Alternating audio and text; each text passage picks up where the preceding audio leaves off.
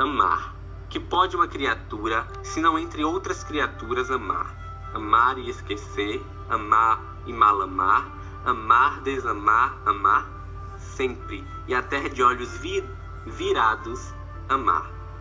Que pode, pergunto eu, o ser amoroso, sozinho, em rotação universal, se não rodar também e amar? Este é o nosso destino, amar sem conta, distribuído pelas coisas pérfidas ou nulas, doação ilimitada a uma completa ingratidão, e na concha vazia do amor, a procura medrosa, paciente de cada vez mais amor. Amar a nossa própria falta de amor, e na secura nossa, amar a angústia implícita, o beijo tácito e a sede infinita. Amar, de Carlos Drummond de Andrade. De acordo com Stenberg, as primeiras teorias no campo da psicologia sobre o amor vieram advindas da prática clínica. 2 da teoria psicanalítica e 1 do humanismo. Freud, Reiki e Maslow. Para Freud, o amor em relação ao objeto externo ocorre apenas após a construção do ideal de ego pelo sujeito. O objeto de amor externo é escolhido a partir daquilo que o sujeito identifica como faltante. Freud concebe o amor como uma busca do sujeito por alguma demanda que ele identifica como faltante. Já de acordo com Reiki, o amor e o desejo possuem diferentes forças motivadoras. Mais especificadamente, o autor argumenta que, diferentemente do desejo, que é onde o sujeito se apaixona por outro corpo, o amor é uma paixão por uma outra personalidade. Já na concepção humanista, de acordo com Maslow, existem 2 tipos de amor. O de Love, que é o amor deficiente, que teria as propriedades teorizadas por Freud, que é uma busca por alguma demanda que o indivíduo identifica como faltante, e o love, que é o amor. Esse segundo amor ocorre entre pessoas autorrealizadas. Elas identificam que podem amar pelo que são.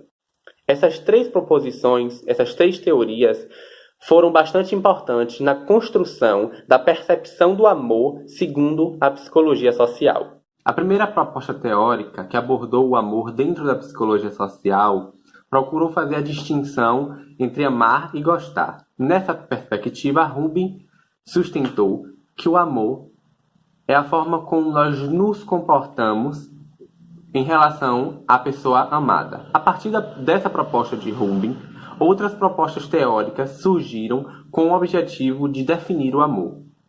Uma dessas propostas foi a de Walser e Walster. Eles definiram o amor em 2 tipos, como sendo o amor companheiro e o amor apaixonado. Clark e Mills definiram o amor a partir da relação interpessoal, em relacionamentos de troca, em relacionamentos românticos. Os resultados que os estudos de Clark e Mills trazem é que nos relacionamentos onde existe troca, são baseados em relações econômicas. E nos relacionamentos onde existem amor, são baseados em motivos altruístas. Essas primeiras teorias, com exceção das de Rubin, contribuíram no sentido de abordar o amor como um fenômeno complexo e multidimensional. Outra proposta teórica dentro da psicologia social foi a teorizada por John Alan Lee. Denominada de estilos de amor, está baseada na concepção de que o amor é aprendido e que refletem a diversidade da forma humana de amar. Segundo Lee, existem 3 formas primárias do amor ser manifesto. São elas Eros, Ludus e Storge. No amor Eros, as pessoas possuem facilidade para definir a forma física que mais os atraem. No Ludus, são pessoas que não possuem tanto compromisso com os outros. São pessoas que buscam amor mais por diversão. E Storge caracteriza pessoas que buscam uma amizade especial. Preferem conhecer bem e firmar laços antes de se relacionar. Ele indica que a partir desses 3 estilos de amor, outras formas de amor podem se derivar. Existem muitas abordagens teóricas dentro da psicologia social que tentam explicar o amor. Uma delas foi um estudo desenvolvido por Bowlby nos anos de 2002. Esse estudo envolvia uma pesquisa com o intuito de descrever e explicar a forma como os bebês se tornavam emocionalmente apegados à figura do seu cuidador e como sentem grande desconforto quando separados dessa figura. Esse estudo ficou conhecido como teoria do apego. De acordo com Bowlby, o sistema de apego é fundamental para o desenvolvimento de outros sistemas, como o sistema exploratório, sistema de acasalamento, sistema de cuidado e outros sistemas. Os sistemas de apego têm a função de possibilitar a proximidade entre o cuidador e o bebê, para que o cuidador se torne protetor do bebê. Dentro desse sistema de apego e durante esse desenvolvimento, ele vai sendo composto por vários outros comportamentos, como rir, chorar, pegar, andar e olhar, e entre outros. Todos os comportamentos que possibilitem ao bebê desenvolver uma confiança por o seu cuidador como protetor dele. Essas foram umas das teorias que abordam o amor dentro da psicologia social. O sexo é biológico e, por fazer parte do corpo orgânico, também atua na construção das identidades. Essa marca biológica que compõe esse corpo orgânico não necessariamente irá definir a identidade de gênero, muito menos nossa identidade afetivo-sexual. Nesse sentido, ressaltamos a ideia de se pensar o conceito de sexo biológico por um viés também social, uma vez que a sociedade construiu aspectos ideológicos e valores associados à presença das genitálias, mas em especial da genitália masculina, já que era referência de poder. O sexo biológico masculino e a presença do pênis foram e ainda são frequentemente associados ao poder, força e inteligência. Já o sexo biológico feminino e a presença da vagina são quase automaticamente associados à submissão ao homem, à fragilidade e à doçura. Já as pessoas que nascem com as duas marcas biológicas, conhecidas pela medicina como hermafroditas, e denominadas pelos estudiosos da área sociológica como intersexo, são consideradas por boa parte da sociedade como aberração. A sociedade, a todo momento, busca diferenciar homens e mulheres, indicando os elementos que representam essas duas categorias. Elementos esses que não conversam, que são definitivos e em momento algum pode ou deve ser questionado.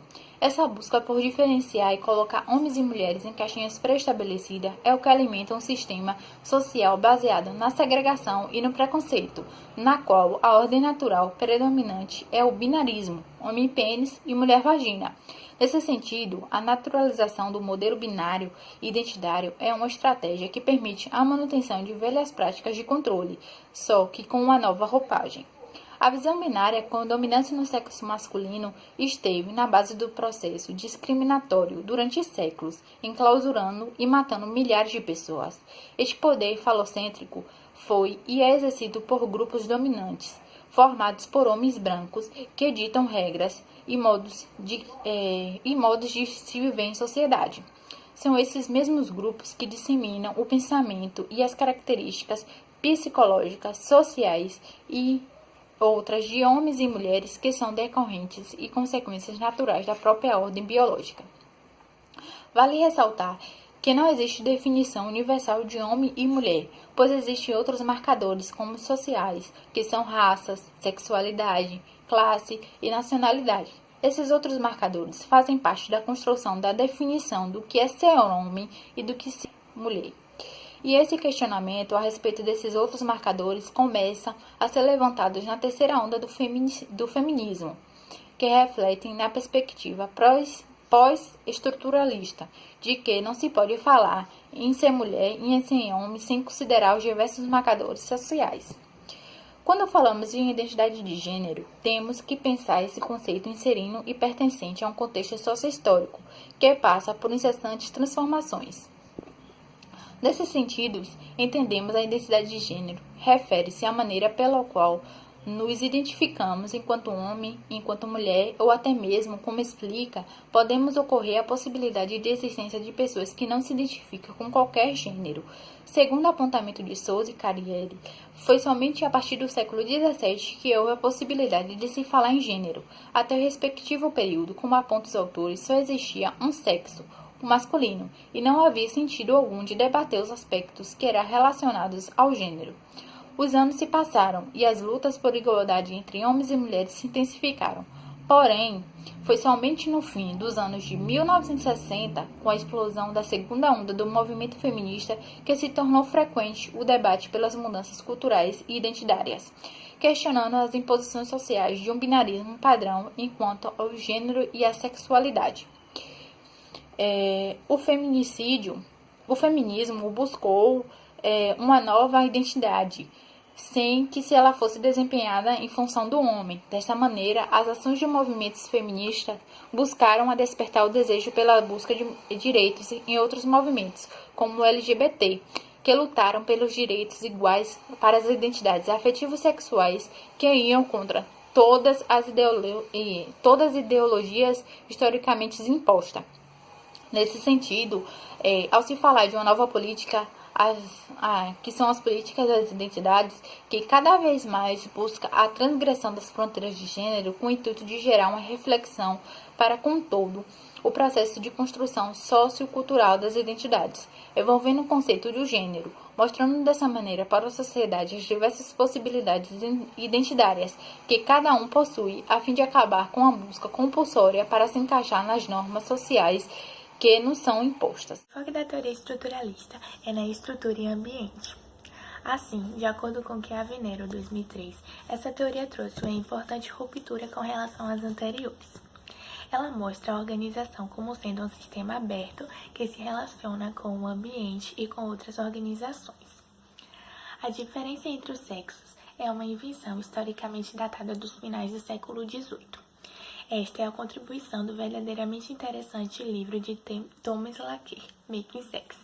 Para ele, uma série de transformações na ordem política e ideológica das sociedades ocidentais é a origem dessa mudança de percepção dos sexos, construindo a problemática, tendo por consequência levantar dúvidas sobre categorias de gênero, foi construída pressupondo-se uma imutabilidade do sexo. Poema Ismo. Autor desconhecido. Machismo. Mais um ismo na sociedade que quer cada vez mais igualdade. O homem é superior. Julgam-nas sem pudor. Será um tipo de racismo? Outro ismo. Será que não haverá paz? Razão não mais. O homem dá ordem. A mulher pega o uniforme. A mulher é doméstica, pertencente a um homem sem ética. Porém, esse é o começo do fim. Igualdade é o que elas querem. O machismo é definido como um sistema de representações simbólicas que mistifica as relações de exploração, de denominação de sujeito entre homem e mulher. Enquanto sistema ideológico, o machismo oferece modelos de identidade normalizantes para o machismo e o feminismo. É através desses modelos que o homem e a mulher tornam-se homem e mulher. O sistema de representações de denominação que contribui ao machismo se dá pela apropriação da realidade sexual, de mistificar e supercodificar as representações de poder. A partir desse ponto, passa a encarar o sexo feminino como submisso. A divisão sexual do trabalho é a forma de organização social das relações entre homens e mulheres. Segundo Hirata e Kergut, essa divisão é funcional ao modo de produção capitalista, onde há hierarquização do sexo masculino sobre o feminino, que se sustenta por discursos tradicional funcionalista que defende a complementariedade de papéis na garantia de harmonia familiar e de coesão social, representando a permanência dessa divisão e da exploração do trabalho, principalmente das mulheres, que por sua vez não têm apenas sua força de trabalho explorada, mas passam por processo de apropriação de seu corpo, de sua sexualidade e de seu tempo. O machismo busca uma uniformização do que supostamente seria ser mulher, afirmando que as mulheres possuem determinadas habilidades e capacidades vinculadas ao seu sexo, ocasionando a reprodução de estereotipos como lugar de mulher é na cozinha. Algumas expressões corriqueiras do machismo são a desqualificação do pensamento, a apropriação de ideia, a interrupção de fala, os assédios, a objetivação, a hipersexualização da mulher negra, a padronização estética e a violência econômica. Ontem me mataram. Neguei-me a deixar que me tocassem, e com um pau arrebentaram meu crânio. Me deram uma facada e me deixaram morrer sangrando. Como lixo, fui enrolada em um saco plástico preto e enrolada com fita adesiva, fui jogada em uma praia, onde, hora mais tarde, me encontraram. Mas o pior que a morte foi a humilhação que veio depois. Porque estava sozinha. Como uma mulher quer viajar sem companhia? Você se enfiou em um bairro perigoso. Esperava o quê? Um crime contra a mulher apenas por sua condição de mulher. Então, ele seria um crime agravante segundo a lei, né, segundo o direito. Um crime que agrava o crime de homicídio, também é considerado um crime hediondo. Segundo o Instituto de Pesquisa Econômica Aplicada, o IPEA, entre 2007 e 2011 ocorreu uma média de um feminicídio a cada 1h30 no Brasil, o que resultou no total de 28.800 feminicídios. A maior parte desses crimes é praticada por homens que vivem ou viveram com a vítima sendo namorados, parceiros sexuais ou até maridos. Além dos altos índices de feminicídio, existem ainda muitos casos de estupro e lesão corporal gerada por essa violência doméstica. Também é importante ressaltar que o feminicídio ele também está ligado a outros grupos, como o grupo de mulheres negras. Entre 2003 e 2013, nesses 10 anos, houve um aumento de 54% no índice de feminicídios, enquanto as mulheres brancas, nesse mesmo período, houve uma diminuição de 9,5%. Outros grupos também são afetados, como mulheres trans, lésbicas e trabalhadoras do sexo também são muito afetadas por esses casos. Então, é importante que a gente compreenda que, na perspectiva histórico-cultural dessas questões, revela o quanto as mulheres se viam, e elas ainda se veem, como obrigadas a manter essas relações com esses maridos, sem desejar, por acreditarem que essa é uma responsabilidade da esposa no matrimônio. Então, muitas acreditam que precisam manter o casamento a qualquer custo, mesmo que os custos sejam ser agredida constantemente, além de violência moral, violência doméstica, o que nunca é um episódio isolado, sempre existe uma situação de violência doméstica anterior ao feminicídio. Então, esses processos geralmente são embutidos nessas dinâmicas sociais.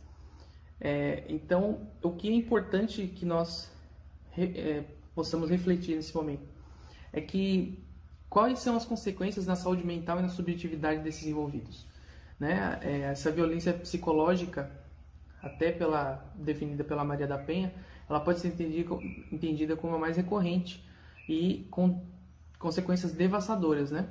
Então, além de ser difícil de ser denunciada. Então, eu acho que a mensagem que eu queria deixar para vocês hoje é que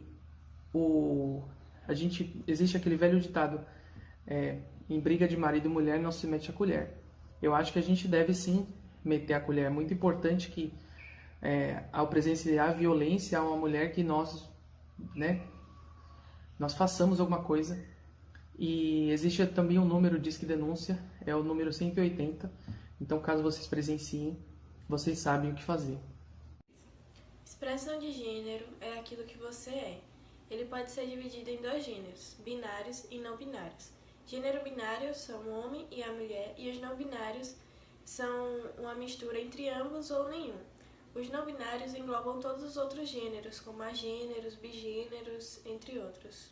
A pessoa pode expressar o seu gênero de diferentes formas, através das roupas, corte de cabelo, corpo, mas isso não deve servir como um parâmetro para você julgar aquilo que a pessoa é. Por isso é sempre importante você perguntar como ela gosta de ser tratada.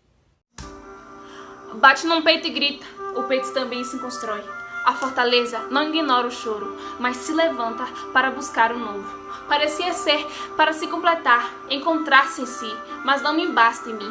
Há um mundo lá fora para explorar. Eu compraria flores a mim mesma, só para dizer que me fiz assim. Ousar sem deixar de sonhar. Escolhi não ser metade, construir em mim o que eu fui capaz. É um termo que está relacionado com as diferentes formas de atração afetiva e sexual de cada um.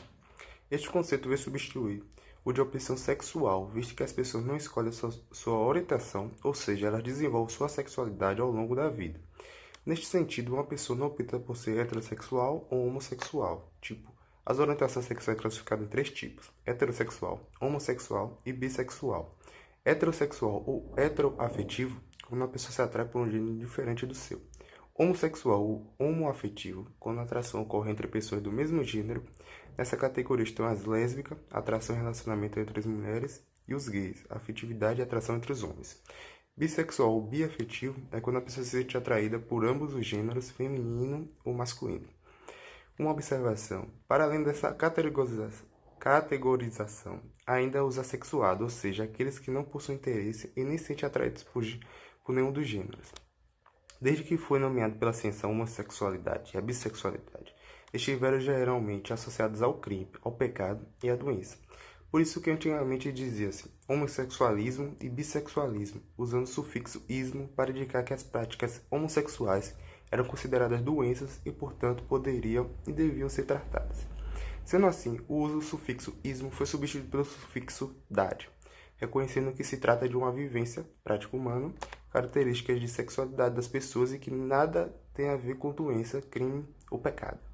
Da mesma forma que a heterossexualidade, a atração por uma pessoa do sexo oposto, não tem explicação científica universal, a homossexualidade também não tem, e cada pessoa escolherá a sua forma de viver, ou não, a sua homossexualidade. Na data de 5 de 5 de 2011, em nosso país, o Supremo Tribunal Federal, STF, reconheceu a união estável entre casais do mesmo sexo com entidade familiar, permitindo com que tenham os mesmos direitos que envolvam uma união estável entre indivíduos do sexo oposto. Hoje em dia, a identidade sexual não se restringe somente a ser heterossexual ou homossexual. Vai muito mais além, a diversidade vem a cada dia sendo quebrada e atualizada a cada dia. Primeiramente, a identidade sexual se refere à atração sexual que determinada pessoa sente por outra, ou seja, a atração de ter relação sexual por determinada pessoa. E assim como o gênero, ninguém escolhe essa identidade sexual.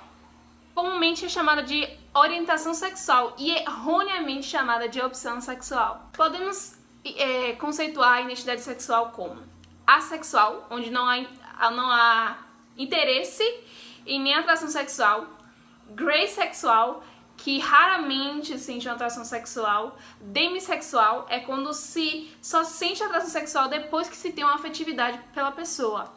Temos o bissexual, onde se tem desejo sexual por 2 ou mais gêneros, e temos o pansexual, que tem desejo por diversos gêneros.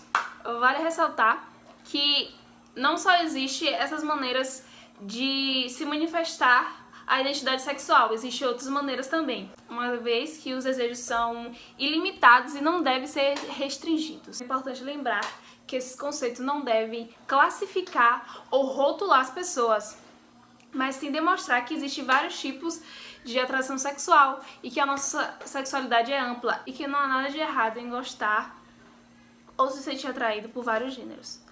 Só não é certo problematizar ou até mesmo julgar as pessoas ou se automartirizar por não fazer parte do que a maioria da população sente ou que a maioria da população corresponde.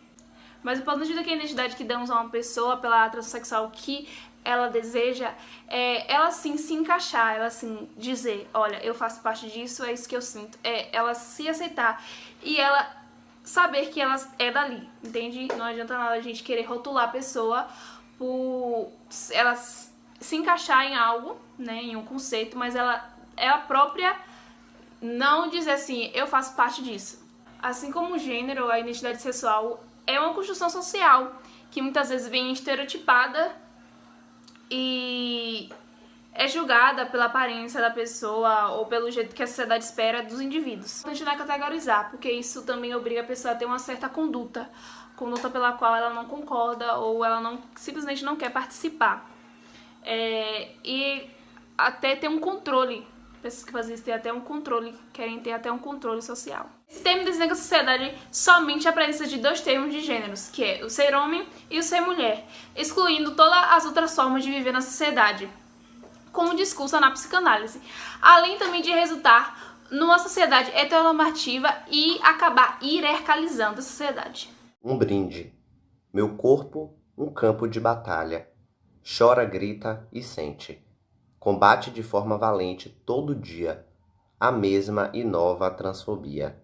Me constrói cada dia mais uma batalha. Venço, perco, segue empatado. Do lado de cá me fortaleço, mas eles crescem. Não me esqueço. Na mira sigo perseguido. O corpo, as regras, as normas, evidência. Hétero cis burguês, essa moral em mim se desfez. Corta, harmoniza, transforma a cada dia. De forma desigual, é impedida de ser plenamente reconhecida, da miséria destinada à insurreição organizada. Se levanta, me levanto. Sei, nasci para ser sujeito, escolhi, decidi, quis ser eu mesmo. Me tornei referência, me tornei Gael. A transexualidade é um grande fenômeno mundial que surgiu décadas atrás. A pessoa transexual, ela tem um desejo em viver e ser aceita como alguém do sexo oposto. Ela se sente mal com o seu sexo anatômico. A transexualidade pode surgir na infância, na adolescência ou já na vida adulta. Na infância, você nota quando a criança ela tem um forte interesse pelas roupas, brincadeiras do sexo oposto. Mas é mais comum que surja na adolescência junto com o desejo sexual. Também, pessoas com idades mais avançadas demoram de se assumir por medo do julgamento das outras pessoas. Para fazer a mudança de sexo, atualmente existem cirurgias e tratamentos hormonais. É uma forma de preconceito contra pessoas transexuais, que pode se traduzir em atos de violência física, moral ou psicológica. A transfobia é uma forma de aversão a pessoas trans e se manifesta em diferentes ações de preconceitos, sejam explícitos ou velados. Esse preconceito deriva da não aceitação da manifestação individual dessas pessoas.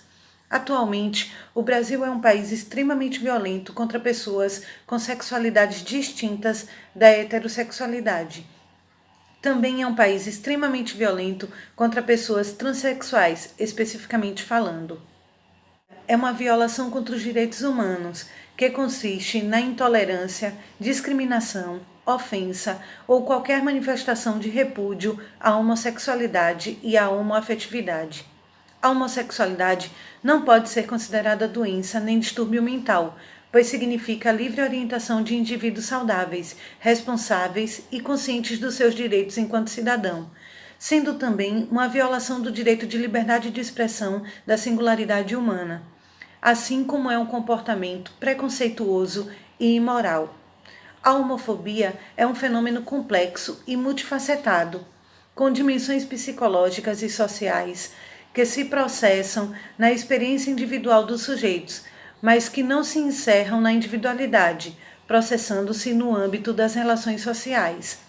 Nesse sentido, romper com o modelo de homofobia assimilada é uma forma de superar a ideia de que há um conjunto de valores considerados corretos. Valores estes que impossibilitam que a vivência homossexual seja considerada uma vivência legítima. Ao então assumir a legitimidade das experiências homoeróticas, há um reposicionamento na própria história individual e coletiva desses sujeitos, visto que os valores morais são constituidores das identidades e das culturas.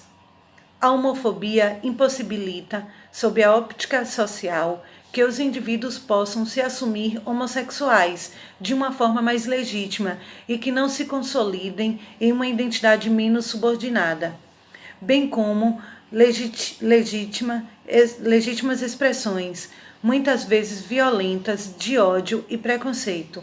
Prado e Machado, 2008. Segundo a legislação, homofóbicos e transfóbicos podem ser presos e condenados à reclusão de 1 a 5 anos pela aplicação analógica da Lei 7.716/1989, que define os crimes resultantes de preconceito de raça ou de cor, racismo, e não protegem apenas a comunidade LGBTQI+. Protege também heterossexuais que sofram preconceitos por terceiro achar que eles são LGBTQI+. O tribunal fez uma ressalva na decisão de que reprimir a homofobia e a transfobia não restringe, no entanto, o exercício de liberdade religiosa.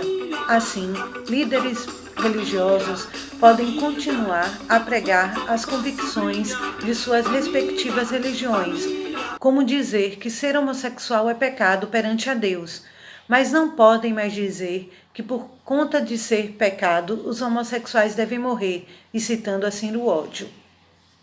Processos socioeconômicos e tecnológicos, a partir da década de 70 do século XXI, afetaram instituições sociais, como o casamento e a família. Estão vivenciando o intervalo entre aquelas de padrões tradicionais e rígidos e a construção de novos modelos de casamento. O casal contemporâneo deparou-se com uma série de possibilidades de viver a sua conjugalidade, muitas delas em que nada se aproxima do que costumamos chamar de casamento tradicional. Família é a unidade básica da sociedade e sofre mutações ao longo do tempo, mas mantém seu caráter de desenvolvimento afetivo e emocional do indivíduo independe da sua forma de constituição. A família atualmente não pode se encaixar em um modelo padrão, pois cada uma terá suas características a partir do modo de vida e de suas experiências passadas, devendo ser respeitada. Podemos afirmar isso pela própria história. Hoje é comum ver famílias formadas por casais de diferentes etnias ou do mesmo sexo, com ou sem filhos. Embora reflita a sociedade, a família também pode ser uma pré-definição das mudanças sociais.